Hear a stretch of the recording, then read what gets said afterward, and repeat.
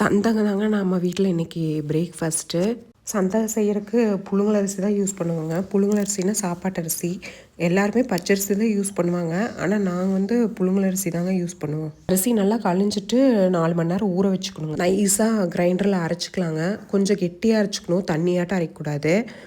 அரைச்சிட்டு இந்த இட்லி மாதிரி இட்லி பாத்திரத்தில் ஊற்றி வேக வச்சிடலாங்க. நீங்கள் பார்த்துருப்பீங்க எவ்வளோ கெட்டியாக இருக்கணும்னா அந்தளவு கெட்டியாக இருக்கணுங்க. தண்ணி ஊற்றிட்டா அது புளிய முடியாது.